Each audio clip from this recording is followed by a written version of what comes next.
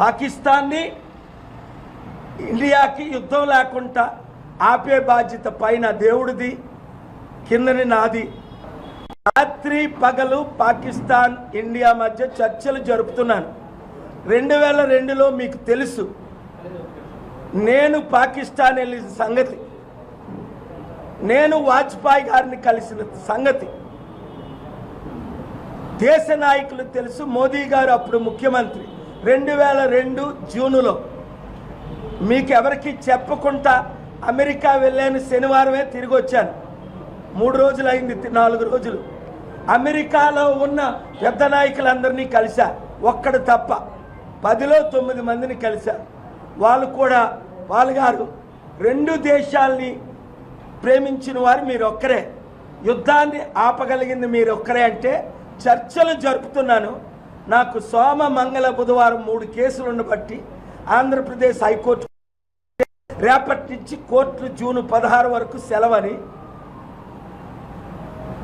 మోదీ గారిని అమిత్ షా గారిని శనివారం కలిసిన తర్వాత నేను ఆదివారం పాకిస్తాన్ వెళ్తున్నాను. వీళ్ళు 10 రోజులు టైం అడిగారు. నిన్ననే పెద్ద ఆయనతో మాట్లాడాను. ఆయన చెప్పకూడదు, మీరు అడిగారు కనుక నేను సత్యం చెప్పాలి కనుక చెప్తున్నాను. పాకిస్తాన్ యుద్ధం ఆపడానికి అన్ని ప్రయత్నాల్లో ఉన్నాను. మొన్న టర్కీ వెళ్ళాను. రష్యా యుక్రెయిన్ యుద్ధం ఆపడానికి చర్చలు జరిపాను. ఎప్పుడు? ఏప్రిల్ గత నెలలో 2 వారాల క్రిందట 1200 మంది పెద్ద లీడర్స్, మా కోఆర్డినేటర్, మా అంబాసిడర్ పెట్టిన మీటింగ్ వచ్చారు. ప్రపంచ నాయకులందరూ వచ్చారు. నిన్న ఆంధ్రప్రదేశ్ హైకోర్టులో ఫోటోలు రిలీజ్ చేశాను కోర్టుకి.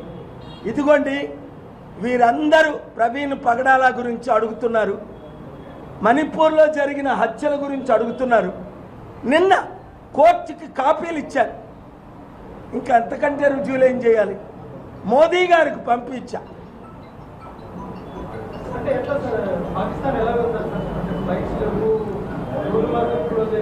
వీసాలు లేకుండా ప్రపంచం అంతా తిరిగినోని నేను ఒక్కడనే. ఇప్పుడున్న కిరణ్ రిజిజుని అడగండి, ఇప్పుడున్న మినిస్టర్ని రూపాలా గారిని అడగండి. నాతో పాటు దాదాపు ఒక 150 మంది ఎంపీలని వీసాలు లేకుండా సిరియా, లిబియా, ఇరాక్, ఇరాన్ వీసాలు లేకుండా నా ఫ్లైట్లో తీసుకెళ్ళా.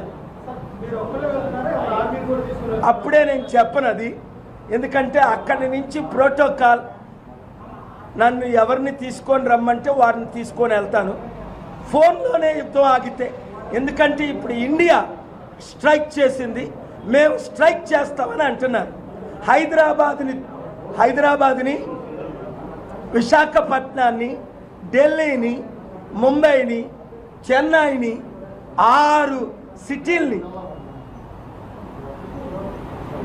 అందులో బెంగళూరు లేదనుకుంటా, మేము టార్గెట్ చేసి అణుబాంబుల ద్వారా తుడి చేస్తాం అంటున్నారు. అన్నారా లేదా?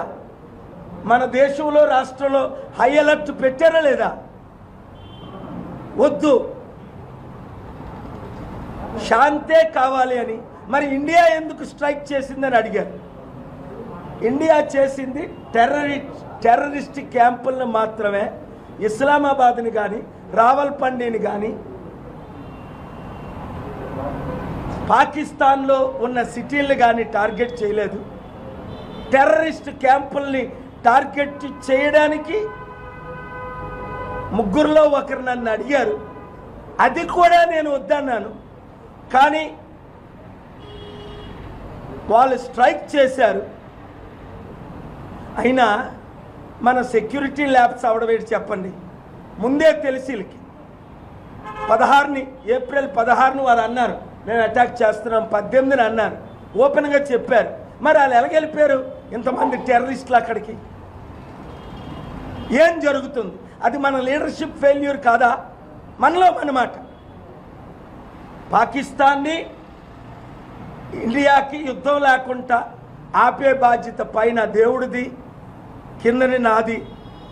అమెరికా మనకి సంపూర్ణ మద్దతు ప్రకటిస్తుంది. మీకు తెలుసు కదా ఎన్ని యుద్ధాలు ఆపానో. అది దేవుని శక్తి ద్వారా జరుగుతుంది.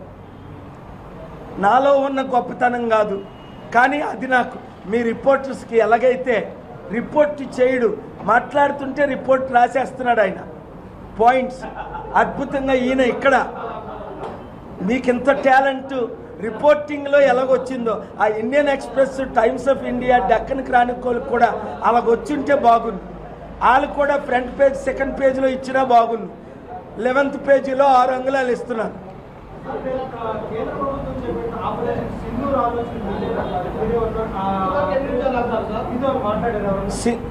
ఆపరేషన్ సింధూర్ టార్గెట్ చేసినవి అది కేవలం నేనైతే వద్దనను, ఓపెన్గా అన్నాను, సీక్రెట్ నేనైతే వద్దన్నా. ఎందుకంటే I'm going to Pakistan along with the blessings and concern of our honorable Prime Minister Modi ji. I am speaking in English. I have spoken to Honorable Rupala ji yesterday. He asked, we are going to meet Amit Shah ji and Modi ji most likely tomorrow night.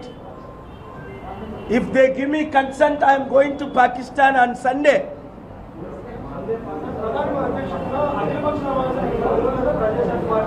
వీళ్ళు వార్మోంగర్స్ను పిలుస్తారు, వాళ్ళు ఆయన చెంచాలను పిలుస్తారు.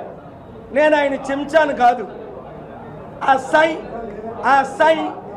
Stamp వేసిన వాళ్ళు పిలుస్తారు.